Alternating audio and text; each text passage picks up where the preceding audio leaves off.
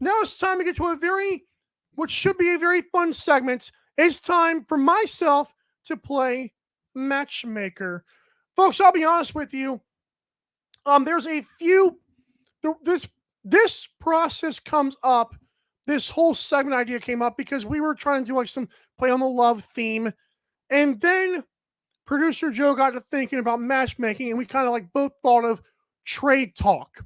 Trade talk will be about March 12th, I believe, if I'm not mistaken about that date. And so I got a few for you here.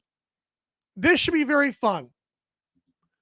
First one is going to be Dylan Ward to the Rochester Nighthawks. Reminder, the Nighthawks are too talented offensively to stink as bad as they do. Riley Hutchcraft, despite the nice story and despite him coming in emergency relief, has not been fantastic. I think Dylan Ward could give the Swiss cheese defense a needed boost, even though I've said he's been kind of declining in the regular season this year. And for the Rochester Nighthawks, what could you give for Dylan Ward?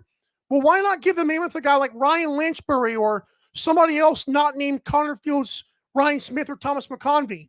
I think Dylan Ward could be traded. I really do. Have I heard anything? No. Do I speculate it could happen? Yeah, if the Mammoth are smart. Do I think it'll happen? Probably not. But I do think Rochester and Dylan Ward would make a great match, if you will. How about Keegan Ball? This one's interesting because, Keegan Ball to Colorado, because Colorado has not gotten going offensively despite adding Connor Kelly. And on top of that, Vancouver is in shambles. They're also in a rebuild. See Kurt Malofsky, see Owen Grant, see all of their young players. Keegan Ball is 32, and as I said with Dylan Ward yesterday, 32 is not a spring chicken. It's kind of like the tail end of your prime. So I would say give Keegan Ball to the Mammoth for some picks and maybe one or two of the Mammoth's 4+ rookies. I think that could be a thing. Next player that I want to play match with, this one hurt producer Joe in the worst way. He did not even want to make this graphic, and I'm okay with that because I told him it had to be done. We have wondered here on Daily Dive why Buffalo has not utilized a guy like DeHoga a lot. Maybe it's because they have too much talent on offense, but let's be real. As good as I thought the Philadelphia Wings offense was supposed to be preseason, the Wings are not great by any means. So why not add a guy that Buffalo seems to not want to use? It might take a little bit more to get him, considering Connor Fields already happened and they lost him for nothing.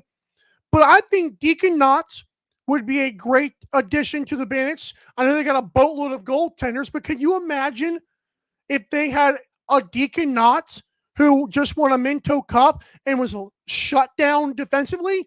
Yeah, I would throw away all the other goalies, and that includes Devlin Shanahan. I'm sorry, sir. Maybe throw in one of your 8 or more rookies and some draft picks. Like the Wings roster is loaded with young talent, and I think bringing in a guy like DeHoga could jolt their offense in ways that I thought it could have been jolted prior to the season. How about another guy that you may not have heard of, you may not even recognize? Albany Firewolves have a backup to 27-year-old Doug Jameson, and this is 22-year-old Justin Getty. Obviously, the Aaron Bold experience is not working out in Vancouver. Whether he wants to succeed or not, his body is just not producing like he's been training it to do. Justin Getty has an 83% save percentage in 90 minutes of game time. So it's not like he's played 5 minutes here and there. He's got 90 minutes in like a full game against Las Vegas to show for his work. He's only 22 years old, and I think Vancouver could unload their backup goalie, Aiden Walsh, and maybe a draft pick to compensate and kind of even things out. But I do think Justin Getty could be a hot little trade piece. Even though Doug Jameson will be back this week for Albany, I think it's a great thing to have Justin Getty's tape now out for the world to see, because he's played pretty well this year, in my opinion. And, of course, you have a guy like Jeff Teat. I mean, let's be real.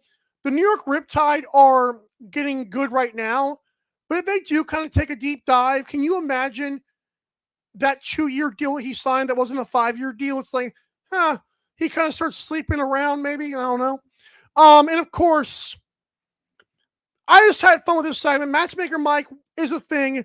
I appreciate producer Joe for these graphics. These things go off the charts crazy. So I do appreciate that.